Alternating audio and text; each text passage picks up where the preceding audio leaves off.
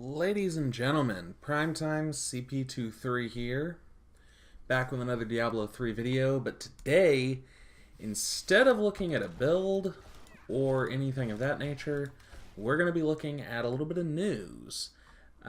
So, in case you haven't checked the solo leaderboards recently, for the Necromancer solo leaderboards, an Anarius build has popped up as the top pushing solo build.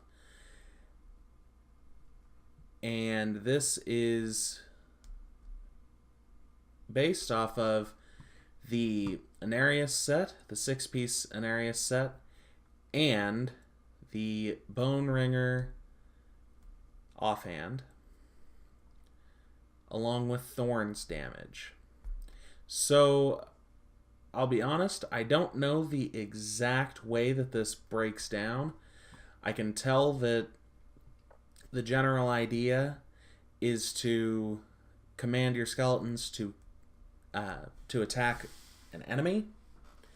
When you attack that one enemy, your skeletal minions, which are using the Frenzy passive, or Frenzy rune, are going to start attacking harder and harder, and they will be, and thanks to the Aberrant Animator passive, they are going to benefit from your Thorns damage. They, of course, were using a Boyarski's chip, and I assume they have Thorns rolls on most of their gear. Yeah, most of it. Maybe not all, but most. In addition to that, they're using the Spreading Malediction passive to receive a 1% damage boost for each enemy afflicted by one of your curses. As you can see, they were using two separate curses, both Decrepify and Leech.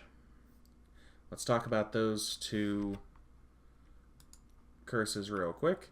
So Leech, with the Cursed Ground rune, is just going to plant a spot on the ground. Every time somebody enters that, you're going to gain 1% of your health back, and I'm guessing they have a lot of vitality because they are using a max health rune in the helm, as you can see here.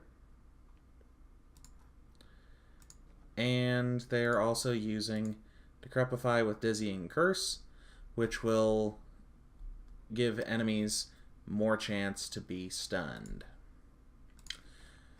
Also, Spear of Gyro, your Thorns is increased by 15% for every enemy afflicted by one of your curses. Obviously, you're trying to curse as many enemies as possible. So, my assumption here is that the goal is to affect as many enemies as possible, have your command skeleton just attack and attack and attack and continue to get stronger, and continue to pound away with more Thorns damage. Well, the reason why this is suddenly noteworthy is because apparently that's not how it's supposed to work.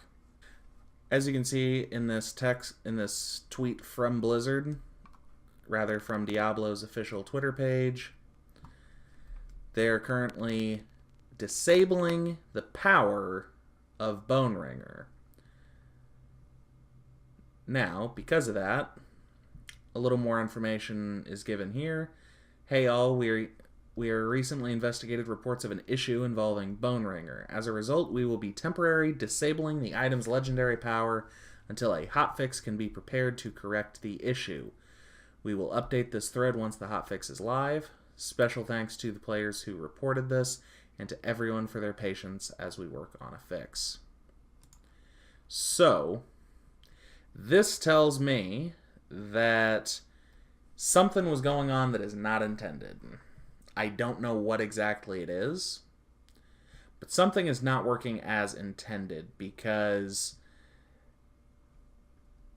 they wouldn't disable the legendary power on Bone Ringer for no reason. There has to be something that is working that was allowing this build to scale higher than it should have.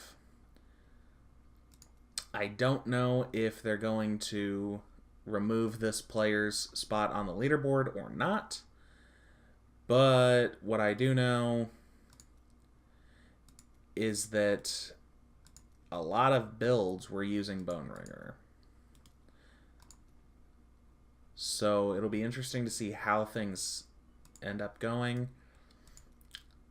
But ladies and gentlemen, until next time, this is Primetime CP23, bringing you the news for a change. And until next time, I'm out.